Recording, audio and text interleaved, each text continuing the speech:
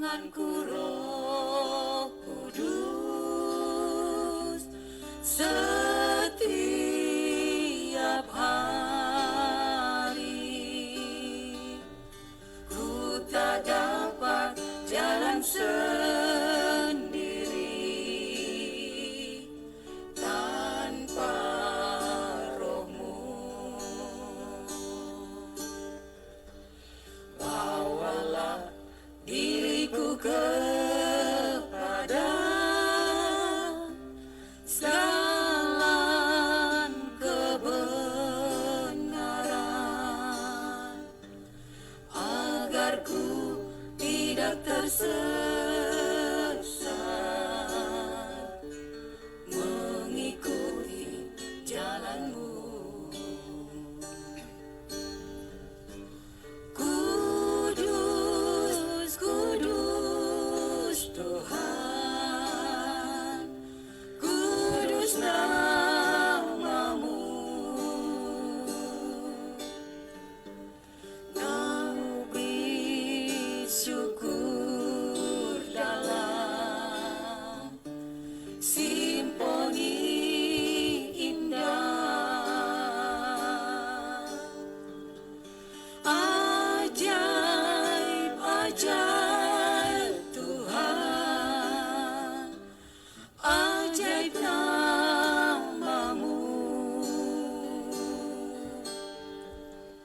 Nama yang beri menang, Yesus namanya.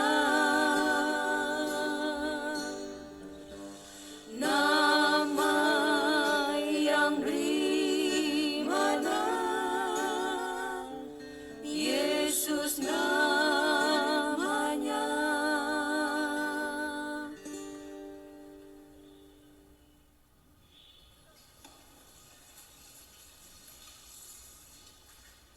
Pujian yang begitu indah membuka kita pada hari ini dibuka oleh trio dari GBI Mamuju.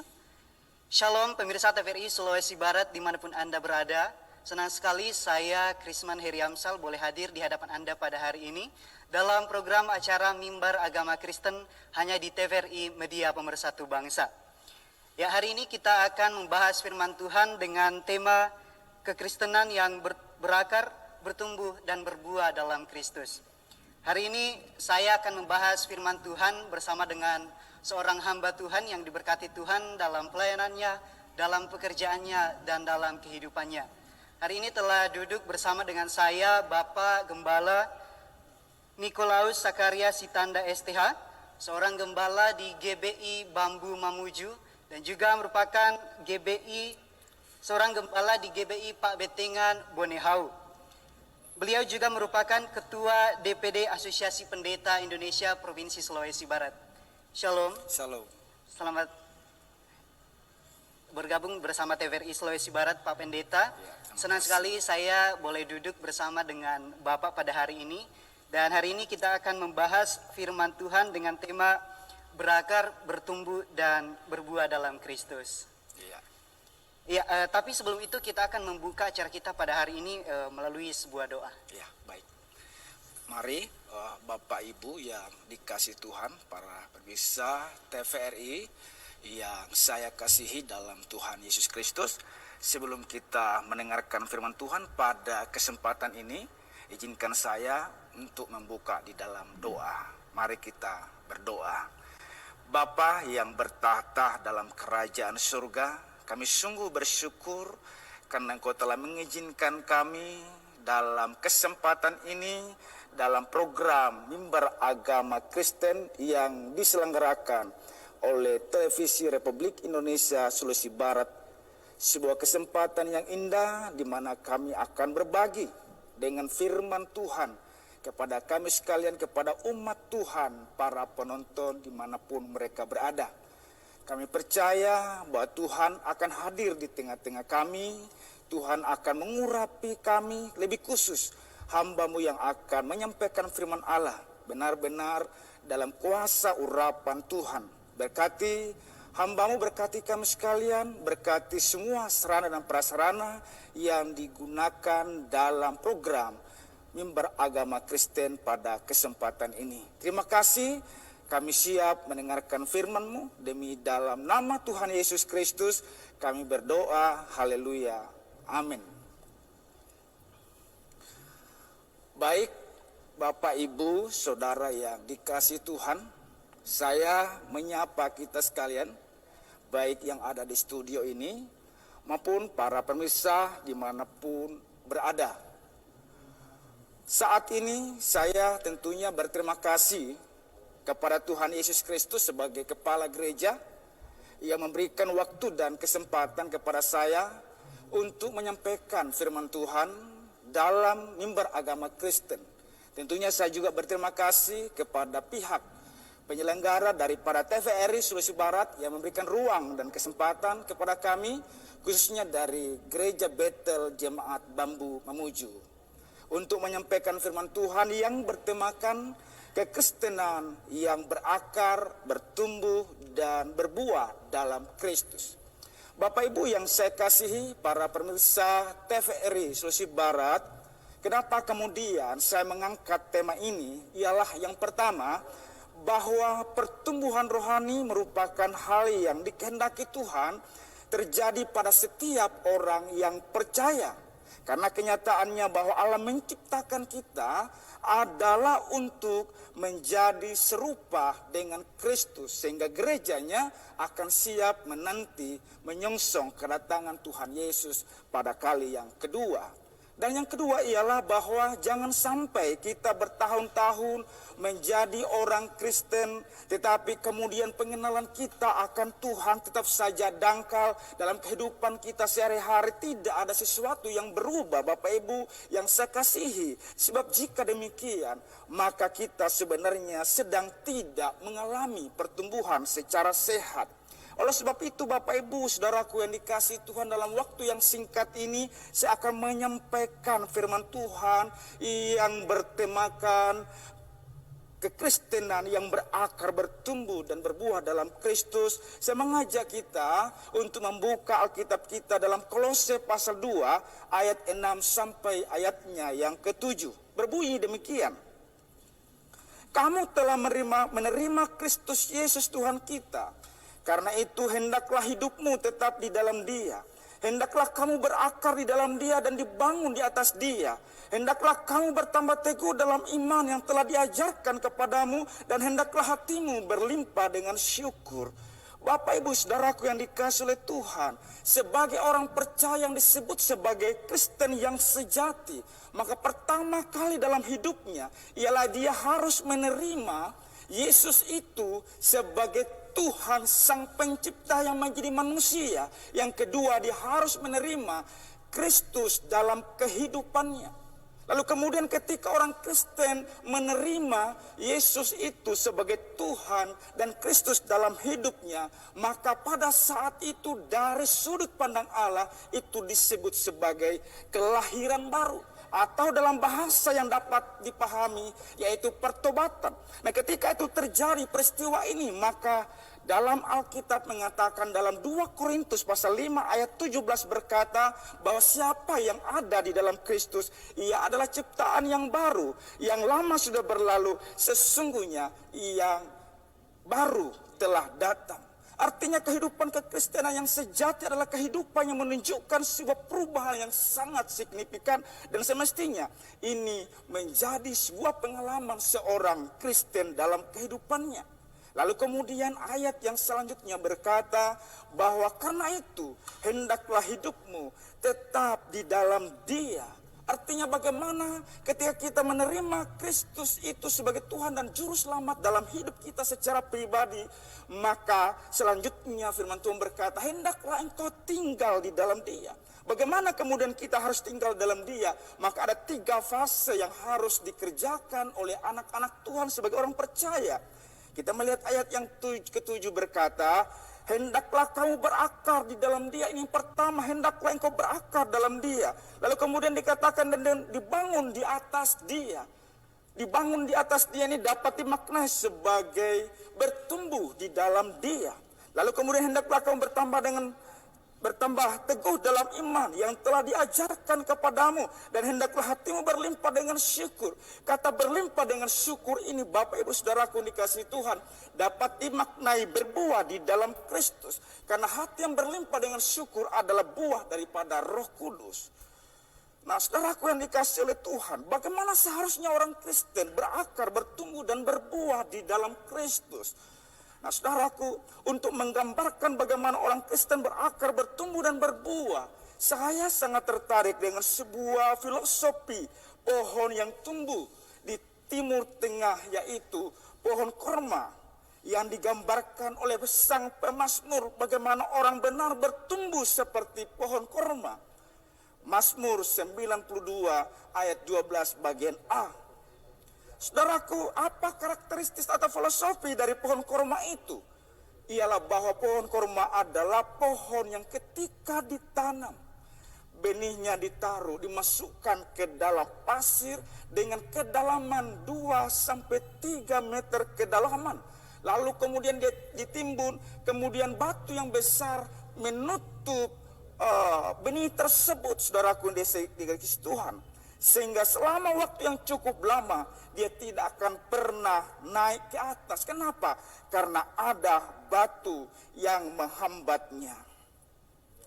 Kenapa harus ditutup dengan batu, Bapak Ibu Saudaraku yang dikasihi Tuhan? Karena di padang pasir kita semua tahu bahwa air begitu sulit, saudara. Sehingga pohon korma itu harus menancapkan akarnya sedalam-dalamnya, sampai kemudian ia menemukan sumber mata air. Dan sumber mata air yang kemudian ditemukan ini, itulah akan menjadi sumber kehidupan yang menopang pertumbuhan pohon yang ada di atasnya. Bahkan kedalaman yang akan terus di dalam itu bisa dikatakan sampai 12 meter kedalaman. Baru setelah cukup kuat, baru ia keluar, ia menggulingkan batu yang besar. Setelah akarnya menjadi mantap dan kuat, saudaraku yang dikasihi oleh Tuhan. Kemudian ia mulai tumbuh tinggi dan semua orang bisa melihat. Dan buahnya sangat manis dan dapat dinikmati sampai dengan hari ini, saudara. Orang Kristen digambarkan sebagai pohon korma. Kenapa? Karena pohon korma hanya bisa tumbuh di tanah yang tandus, Bapak Ibu Saudaraku yang dikasihi Tuhan. Ia pertama-tama tumbuh ke bawah amat dalam, saudaraku. Ia harus mencari dan menemukan sumber mata air itu. Ia berakar. Setelah cukup kuat, ia bisa mengalahkan, ia bisa menggulingkan semua pergumulan kehidupan saya dan saudara. Ia bisa mengalahkan semua tantangan kehidupan saya dan saudara. Ia bisa menyelesaikan semua masalah hambatan dalam kehidupan kita. Lalu dia naik ke atas dan dia bertumbuh dengan cepat menjadi dewasa dan buahnya menjadi manis. Dan itulah ciri orang yang bertumbuh di dalam Tuhan. Orang yang tidak berakar tentunya dia akan mudah goyah. Dia akan mudah tumbang dan terkapar. Dan bagaimana sesungguhnya kita harus berakar, Bapak Ibu Saudaraku yang dikasihi oleh Tuhan. Maka saya ingin menanamkan, memberitahu kepada kita bahwa ada fasilitas rohani yang harus kita manfaatkan. Yang saya beri istilah yaitu saat teduh. Lalu pertanyaannya, apa itu saat teduh? Saat teduh tidak hanya sekedar kita menundukkan kepala lalu kita angkat lagi. Lalu seperti itu. Tetapi saat teduh adalah saat di mana kita orang-orang percaya benar-benar menyediakan waktu secara khusus dan fokus untuk berkomunikasi dengan Allah kita. Dan berkata secara bertanggung jawab di hadapan Allah, inilah aku Tuhan. Dan saudaraku yang dikasihi Tuhan, dalam saat teduh minimal ada 5 P yang harus dikerjakan. 5 P yang dimaksudkan adalah P yang pertama, pujian dan penyembahan, di mana anak-anak Tuhan menyediakan waktu untuk menaikkan pujian dan penyembahan secara sungguh-sungguh dan berulang-ulang sampai kemudian ia merasakan yang namanya damai sejahtera, sukacita yang seringkali dipahami bahwa itu adalah hadirat Allah. P yang kedua adalah meminta pengampunan dosa di mana anak-anak Tuhan dalam sepanjang hari itu ada sesuatu yang salah dari mulutnya, ada sesuatu yang salah dari kehidupannya, maka dia harus meminta ampun untuk mendatangkan pengudusan bagi dirinya. Maka P yang ketiga adalah pengucapan syukur, di mana anak-anak Tuhan dalam satu hari itu merasakan kebaikan-kebaikan Tuhan, hal-hal yang indah bersama dengan Tuhan. Maka sebagai anak-anak Tuhan, seharusnya dia belajar mengucap syukur dari mana sumber sebuah kebaikan-kebaikan yang dialami. Maka P yang keempat ialah pembacaan firman Allah, di mana anak-anak Tuhan menjadikan Alkitabnya menjadi buku yang terbuka setiap hari, menjadi sebuah perenungan. Dan pembacaan perenungan firman Allah ini merupakan sebuah sumber kehidupan, air yang ditemukan dan di sanalah ia berakar, kemudian menopang dia menjadi tumbuh dan menghasilkan buah yang baik. Maka P yang kelima ialah permohonan doa, di mana anak Tuhan terus berdoa dengan sungguh-sungguh dengan Tuhan. Kenapa? Karena doa adalah napas kehidupan orang-orang percaya. Ketika kemudian kita tidak bernapas maka kita mati. Maka sesungguhnya doa itu adalah napas orang percaya.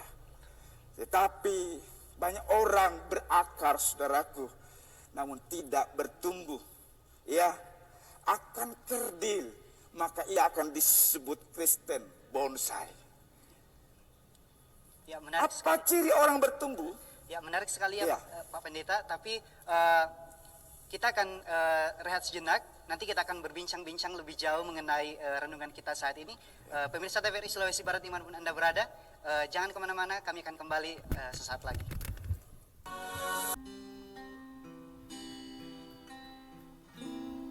Aku lihat kebaikan-Mu yang tak pernah habis di hidupku. Ku berjuang sampai akhirnya Kau dapati aku tetap setia. Telah kulihat kebaikan-Mu yang tak pernah habis di hidupku. Ku berjuang sampai akhirnya Kau dapati aku tetap setia.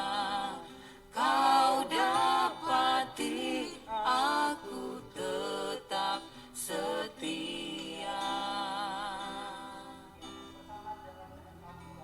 Acara Mimbar Agama Kristen. Tadi kita telah mendengarkan firman Tuhan dari Bapak Pendeta menceritakan banyak hal tentang bagaimana berakar bertumbuh di dalam Kristen. Nah, saya ingin bertanya lebih jauh kepada Pak Gembala, apa sih sebetulnya yang menjadi ciri seorang Kristen bertumbuh di dalam Kristus, Pak Pendeta? Baik, terima kasih. Pertanyaan yang sangat baik sekali. Jadi ciri pertumbuhan bahwa dikatakan bahwa orang itu bertumbuh dalam Kristus, kita bisa lihat di dalam 1 Korintus pasal 15 ayat 58 berkata begini, karena itu saudara-saudaraku yang kekasih, berdirilah teguh, jangan goyah, dan giatlah selalu dalam pekerjaan Tuhan, sebab kamu tahu bahwa dalam persekutuanmu dengan Tuhan, jerih payahmu tidak sia-sia. Jadi dalam pembacaan ini paling tidak kita akan menemukan 3 ciri orang yang mengalami pertumbuhan rohani. Yang pertama dikatakan berdirilah teguh, jangan goyah. Artinya orang Kristen yang sudah berakar kuat, menancap ke dalam firman Allah melalui hubungan pribadi dengan Tuhan, maka dia akan memiliki pertumbuhan yang baik di atasnya. Sehingga apapun tantangan, apapun tawaran dunia ini, dia akan tetap kokoh berdiri di atasnya. Dan dia tidak akan beranjak dari Injil Kristus. Maka yang kedua, ya dikatakan bahwa giatlah selalu dalam pekerjaan Tuhan. Ya, pohon yang tumbuh, ya mulai menunjukkan batangnya, ya mulai menunjukkan rantingnya, mulai menunjukkan daunnya. itu artinya ada aktivitas yang boleh dilihat oleh orang banyak. Artinya bahwa orang itu mulai menjadi terang, menjadi berkat bagi sesama dalam komunitas. Dan terlebih lagi bahwa dia merasa terpanggil ketika ia bertumbuh. Ia kemudian menjalankan satu misi yang dari Tuhan Yesus Kristus, yaitu dikatakan pergilah dan jadikanlah semua bangsa menjadi muridku. Kemudian yang ketiga, ketika kita melihat pohon ini, dari mana Bapak Ibu Saudara-saudara sekalian mengatakan bahwa pohon ini bertumbuh? Tentunya kita akan melihat mulai ada tunas, mulai ada pohon yang mulai besar. Kemudian ketika kita melihat ada daun yang muncul dan ada buah yang muncul. Itu artinya bahwa orang yang bertumbuh, maka dia akan menunjukkan perubahan sikap setiap hari, perubahan pola pikir, perubahan karakter yang akan terjadi dalam kehidupannya setiap hari. Iya, menarik sekali.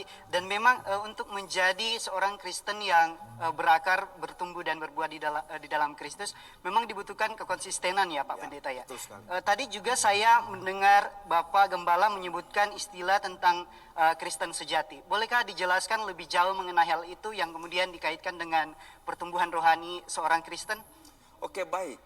Jadi ketika kemudian orang disebut sebagai Kristen sejati, bukan berarti bahwa orang itu memiliki kemampuan dalam mengolah kata-kata rohani. Misalnya puji Tuhan, haleluya, shalom. Itu bukan jaminan. Atau kemudian orang menghafalkan dengan berbagai lagu-lagu rohani seperti dinyanyikan tadi, lalu kita memaknai bahwa itu Kristen sejati. Atau kemudian orang itu kemudian dia lahir dalam komunitas, dalam keluarga Kristen, lalu dikatakan dia adalah Kristen sejati. Sama halnya ketika seseorang dilahirkan di garasi mobil, apakah dia dikatakan sebagai mobil? Tentunya tidak. Tetapi kekristen yang sejati ada dikatakan tadi bahwa kamu telah menerima Yesus sebagai Tuhan dan Kristus dalam kehidupanmu. Jadi seorang Kristen harus menerima dan menjadikan Yesus itu sebagai Tuhan dan Juru Selamatnya secara pribadi dengan Tuhan. Sehingga dia disebut Kristen sejati. Kenapa? Perjumpaan antara dirinya dengan Tuhan Yesus itu secara signifikan akan terjadi perubahan secara total. Saat itulah disebut sebagai kelahiran baru atau disebut sebagai Kristen yang sejati. Iya, luar biasa sekali. Tadi juga saya mendengar Pak Gembala menyebutkan istilah akar yang tidak kelihatan. Nah itu kira-kira maknanya apa Pak Gembala? Oke, baik, saya akan mengambil ilustrasi dengan pot ini, walaupun tidak terlalu menggambarkan pohon yang ada di atasnya. Seringkali Bapak Ibu Saudaraku ini kasih Tuhan, para pemirsa, seringkali kita hanya melihat pohon yang indah-indah di atasnya, tapi kita lupa bahwa ada akar yang menyebabkan pertumbuhan yang baik. Dan bagaimana kemudian akar ini, saudara? Ini yang saya bilang, seorang Kristen semestinya memiliki hubungan pribadi yang kuat dengan Tuhan, di mana orang lain tidak melihatnya, di mana orang Kristen membaca firman Allah setiap hari, dia bersaat teduh seperti saya katakan ada 5P tadi. Ketika kemudian itu dilakukan, yang sedang memperkuat akarnya, tidak kelihatan, tetapi sangat menentukan mati hidupnya pohon yang ada di atasnya. Akar tidak kelihatan, tapi sekali lagi sangat menentukan pertumbuhan yang ada di atasnya, mati tidaknya kerohanian kehidupan kita. Iya. Jadi memang penting sekali ya Pak Pendeta untuk merawat akar itu sehingga proses pertumbuhan rohani seorang Kristen itu bisa bertumbuh dengan baik. Ya, tadi dikatakan bahwa walaupun kita berakar, tetapi ia tidak bertumbuh, maka akan menjadi Kristen yang kerdil. Itu boleh dijelaskan lebih jauh mengenai hal itu Pak Gembala? Ya, baik. Jadi ada orang yang berakar, dia bisa membangun hubungan yang baik dengan Tuhan di rumahnya, tetapi kemudian dia tidak berakar. Kenapa? Dia enggan untuk tertanam dalam sebuah komunitas, dalam gereja lokal. Jadi dia memahami dirinya sebagai orang Kristen yang langsung kepada Allahnya. Dia lupa pergi ke gereja. Dia lupa berada dalam komunitas gereja itu. Padahal gereja itu adalah sebuah kesempatan di mana orang itu bertumbuh. Kenapa? Karena dia bisa menyalurkan potensi-potensi dirinya. Dia bisa menyalurkan ketika dia seorang penyanyi, maka dia bisa memimpin pujian. Ketika dia memiliki karunia Roh Kudus, maka bisa saling melayani satu dengan yang lain. Yang satu menerima karunia satu dengan yang lain. sehingga akan terjadi pertumbuhan yang luar biasa. Seperti itu. Iya, menarik sekali ya pemirsa. Ada banyak sekali pergumulan-pergumulan kita di tengah pandemi COVID-19 saat ini Pak Pendeta. Nah, di tengah pandemi COVID-19 yang melanda Indonesia dan dunia, itu bolehkah dijelaskan bagaimana kira-kira seorang Kristen bisa berakar, bertumbuh, dan berbuah dengan baik dalam menghadapi situasi-situasi yang sekarang ini? Oke, baik. Pandemi COVID-19 yang dialami oleh bangsa-bangsa, dan tidak hanya itu, tetapi juga dialami oleh bangsa kita Indonesia, dan sangat dirasakan oleh semua agama, dan juga dirasakan oleh kita gereja Tuhan. Ya, kemudian ketika pandemi itu datang, berbagai gejolak yang ditimbulkan, berbagai hal yang terjadi, dan pada akhirnya orang melihat apa yang akan terjadi, apa ujung dari setiap pergumulan dengan ditimbulkan COVID-19 ini. Tetapi kekristenan dipanggil tidak hanya sekedar percaya, justru saat itulah kekristenan dipanggil berdiri teguh untuk mempraktekkan firman Tuhan. Justru perjalanan yang ada COVID-19 ini dapat diibaratkan adalah sekolah kehidupan. Bagaimana kemudian ketika gereja pada akhirnya tidak bisa ditempati menjadi tempat beribadah, maka rumah adalah pengganti tempat untuk beribadah. Maka kesempatan itulah anak-anak Tuhan, keluarga-keluarga mengambil bagian menjadi merenungkan firman Allah, menyembah Tuhan, sehingga di mana-mana ada mesbah yang naik di atas, di mana Tuhan dipermuliakan. Yang kemudian di tengah-tengah pandemi ini, dengan persoalan-persoalan yang terjadi, ada banyak hal-hal yang baik juga terjadi, Tuhan jangan terjadi. Itu membuat anak-anak Tuhan semakin bertumbuh. Di tengah-tengah pandemi COVID-19 ini pun juga ada banyak saudara-saudara kita mengalami gangguan dari ekonomi, dari finansial, dan lain sebagainya. Maka kita terpanggil sebagai anak-anak Tuhan, sebagai gereja, tidak hanya memikirkan diri sendiri. Walaupun kita ini juga merasakan hal yang sama, kekurangan dan lain sebagainya.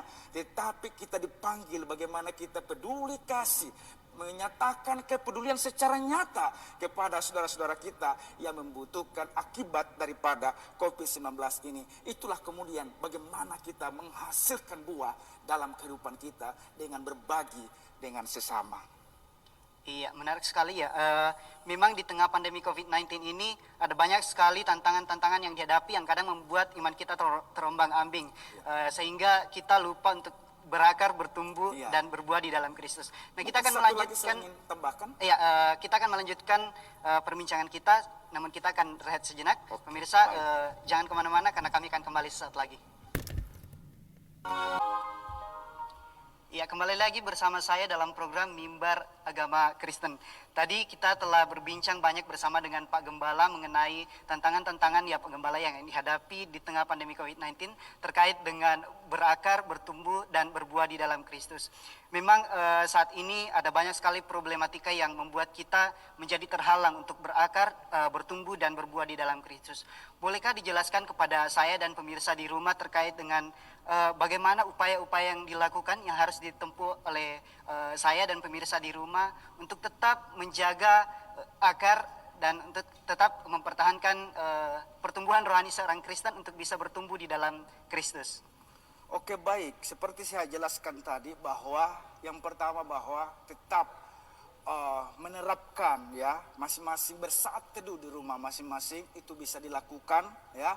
Apalagi hal yang kedua dapat juga kita lakukan adalah saat ini media sosial adalah kesempatan yang baik untuk kita bisa saling berinteraksi antara satu dengan yang lain. Kita bisa mendapatkan berbagai informasi yang bersifat rohani, yang bisa memberi pertumbuhan, yang menguatkan iman Kristen.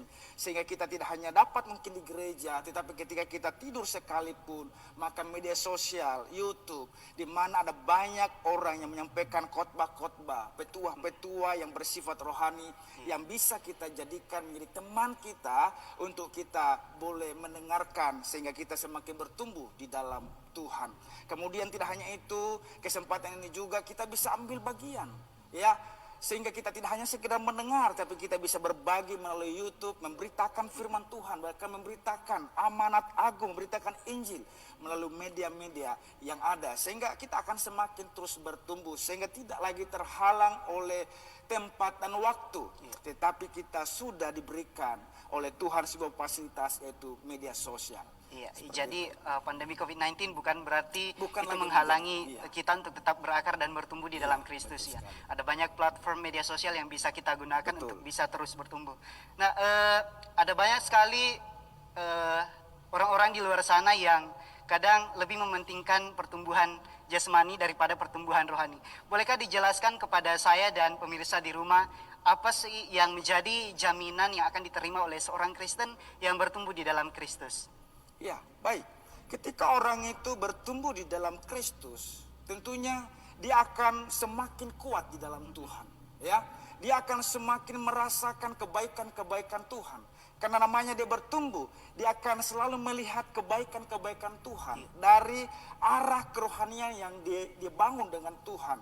Dia akan selalu melihat bahkan mujizat-mujizat Tuhan yang akan selalu dilihat dalam kehidupannya. Karena dia selalu membangun kehidupan rohani yang baik. Lalu kemudian jaminannya adalah dia akan selalu mampu menghadapi situasi dan keadaan apapun yang terjadi. Apalagi kita tidak tahu ujung daripada pandemik ini, ujung daripada kehidupan dunia ini kita tidak tahu.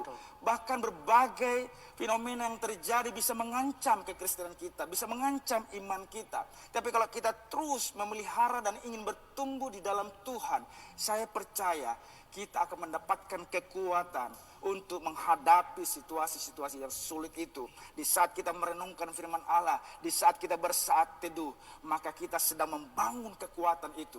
Sehingga kita tidak akan gampang disesatkan dan gampang jatuh tergeletak karena persoalan-persoalan yang ada depan kita. Ya, jadi memang ada jaminan-jaminan yang begitu luar biasa dari Tuhan ya. Betul. Jika terus mempertahankan pertumbuhan rohani melalui berakar, bertumbuh dan berbuah di dalam Kristus. Nah, saya tertarik dengan Bapak Gembala kan kebetulan adalah seorang Ketua DPD Asosiasi Pendeta Indonesia di Sulawesi Barat. Nah, bolehkah dijelaskan kepada saya dan pemirsa bagaimana perjalanan pelayanan Bapak Pendeta terkait dengan tugas-tugas yang dilakukan saat ini, terkait dengan tema kita pada saat ini, yaitu berakar, bertumbuh, dan berbuah di dalam Kristus. Iya. DPD Sulawesi Barat, Asosiasi Pendeta Indonesia, masuk di Sulawesi Barat ini itu bersamaan dengan COVID-19. Jadi baru ya, Iya, Pak? baru. 1 tahun yang lalu bersamaan dengan bulan 3 masuk, kita bentuk, saat itu juga terjadi COVID-19. Iya. Sehingga kemudian ketika kita ingin melakukan pelantikan itu terus berubah-ubah.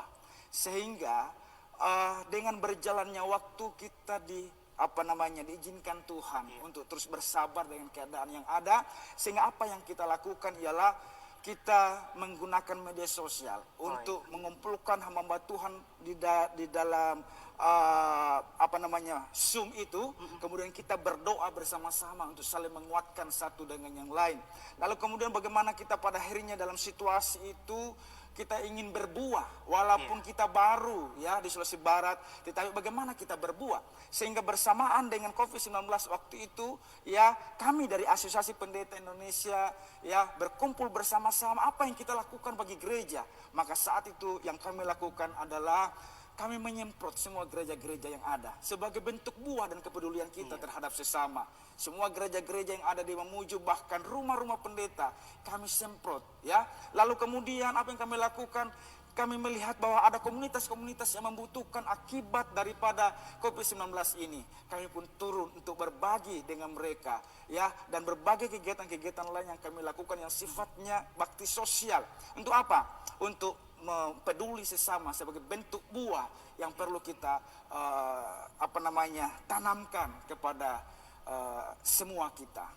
Iya, jadi menarik sekali tadi ya, bersamaan dengan masuknya pandemi COVID-19 di Indonesia dan kemudian terbentuknya Asosiasi Pendeta Indonesia di Provinsi Sulawesi Barat. Jadi memang langsung menghadapi begitu banyak tantangan-tantangan dalam melakukan pelayanan di tengah-tengah jemaat. Nah,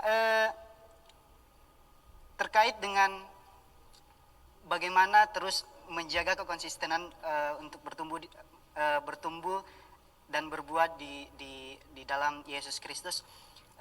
Adakah kira-kira konsekuensi yang akan diterima oleh orang-orang yang tidak menjaga kekonsistenannya dalam bertumbuh di dalam Kristus? Iya, tentunya ketika orang ya melupakan untuk konsisten bertumbuh dalam Kristus, tentunya ada konsekuensi yang harus dihadapi. Kenapa? Dia tidak akan mampu menghadapi keadaan. Ya, dia akan terombang-ambing dengan keadaan yang ada. Dia akan gampang kecewa. Dia mudah ya menyerah dengan keadaan. Ya, dia akan gampang sekali meninggalkan kepercayaannya. Dia akan menjadi Kristen yang rapuh. Lalu kemudian saya katakan tadi menjadi Kristen yang bonsai tadi. Kenapa? Kalau Kristen bonsai itu sama dengan bonsai ketika kita pelihara, kita tidak akan pernah mengharapkan ada pertumbuhan, kita tidak akan pernah mengharapkan ada daun, dan kita tidak akan pernah mengharapkan ada buah.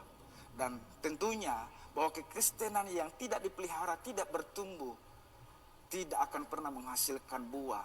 Yang ada adalah hati yang dongkol, hati yang tidak ada damai sejahtera. Tetapi kemudian orang itu membangun hubungannya dengan Tuhan, ingin terus memelihara pertumbuhannya di dalam Tuhan. Ada jaminannya, yaitu dia akan semakin bertumbuh, dia kuat dalam Tuhan. Bahkan Alkitab berkata, dia terus akan dibimbing menjadi serupa dengan Kristus. Artinya memiliki karakter seperti dengan Kristus. Seperti itu gambaran. Ya, menarik sekali ya. Jadi memang sangat penting bagi kita untuk terus menjaga kekonsistenan kita untuk berakar dan bertumbuh di dalam Yesus. Karena memang menurut saya sendiri ya Pak Pendeta ya, menjadi seorang Kristen yang diberikan kesempatan untuk berakar, bertumbuh dan berbuah di dalam Kristus itu merupakan sebuah anugerah bagi kita selaku orang Kristen.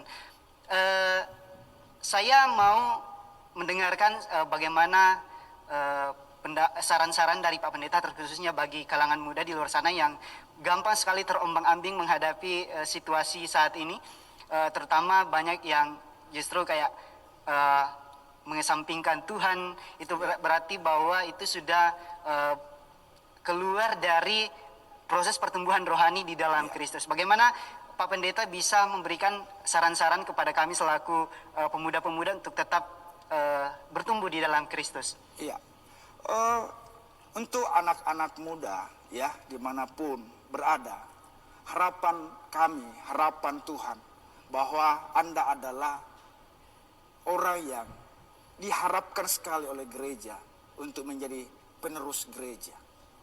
Ketika saudara-saudaraku, anak-anak muda tidak mempersiapkan diri dari sekarang, ya, maka kemanakah gereja nantinya?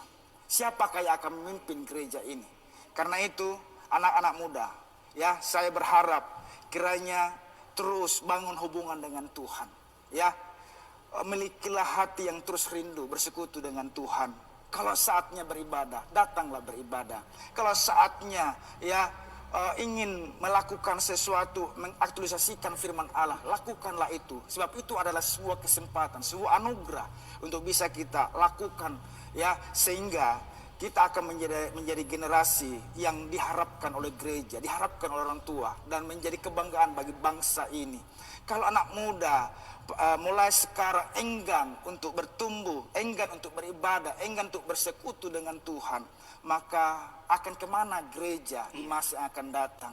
Karena itu diharapkan potensi-potensi di dalam diri anak muda itu, ya, perlu diasah, perlu digunakan sehingga ini dapat membangun gereja, ya, gereja dalam artian tubuh Kristus.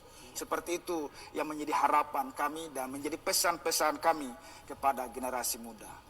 Iya, mungkin boleh diberikan kesimpulan terkait dengan tema kita pada saat ini, yaitu berakar, bertumbuh di dalam Kristus. Boleh dijelaskan kepada saya dan pemirsa bagaimana kesimpulan dari tema kita pada saat ini? Oke, baik Bapak Ibu Saudaraku yang dikasihi Tuhan, para pemirsa dimanapun berada. Jadi kesimpulan daripada tema khotbah pada hari ini ialah bahwa yang pertama, ya, untuk kita disebut sebagai orang Kristen, kita harus menjadikan Yesus itu sebagai Tuhan dan Kristus dalam kehidupan kita. Ketika itu terjadi, maka secara otomatis akan terjadi perubahan yang sangat signifikan dalam kehidupan kita. Lalu kemudian kita harus berakar di dalam Dia, artinya tinggal di dalam Dia, dengan menerapkan yang saya katakan tadi, ada 5 P yang saya sebutkan tadi. Lalu kemudian kita mengaktualisasikan diri kita dalam komunitas-komunitas, dalam gereja, untuk kita bisa bertumbuh bersama-sama dalam gereja. Lalu kemudian orang yang dikatakan bertumbuh di dalam Kristus ketika ia menunjukkan perubahan sikap, perubahan pola pikir yang terjadi dalam kehidupannya setiap hari, maka orang itu dikatakan bertumbuh di dalam Kristus. Lalu kemudian ia harus berbuah. Buahnya harus dinikmati oleh orang lain. Jangan sampai buahnya menjadi pahit, buahnya menjadi kecut, dan akhirnya tidak menjadi berkat. Tetapi seperti pohon korma tadi, dia menghasilkan buah yang sampai hari ini dinikmati dan begitu manis. Demikian juga diharapkan sebagai orang Kristen, kita harus menghasilkan buah yang manis, yang bisa dinikmati oleh keluarga kita secara positif, dinikmati oleh tetangga kita, komunitas. Dalam tugas dan tanggung jawab kita masing-masing, kita harus berbuah manis, lebat, sehingga kita sendiri akan menjadi saksi Kristus melalui perbuatan nyata yang kita kerjakan setiap hari. Iya, luar biasa sekali. Terima kasih banyak Pak Pendeta untuk firman Tuhan yang boleh dibagikan kepada saya dan pemirsa di rumah. Iya, pemirsa TVRI Sulawesi Barat dimanapun Anda berada, demikian tadi pemaparan firman Tuhan yang begitu luar biasa dari Pak Gembala. Semoga apa yang kita dengarkan pada hari ini boleh kita tanamkan dalam hati dan pikiran kita untuk kita jadikan sebagai pedoman dalam kehidupan kita selanjutnya. Terima kasih untuk tetap menyaksikan program Mimbar Agama Kristen, dan akhir kata saya ucapkan terima kasih telah menyaksikan program acara Mimbar Agama Kristen.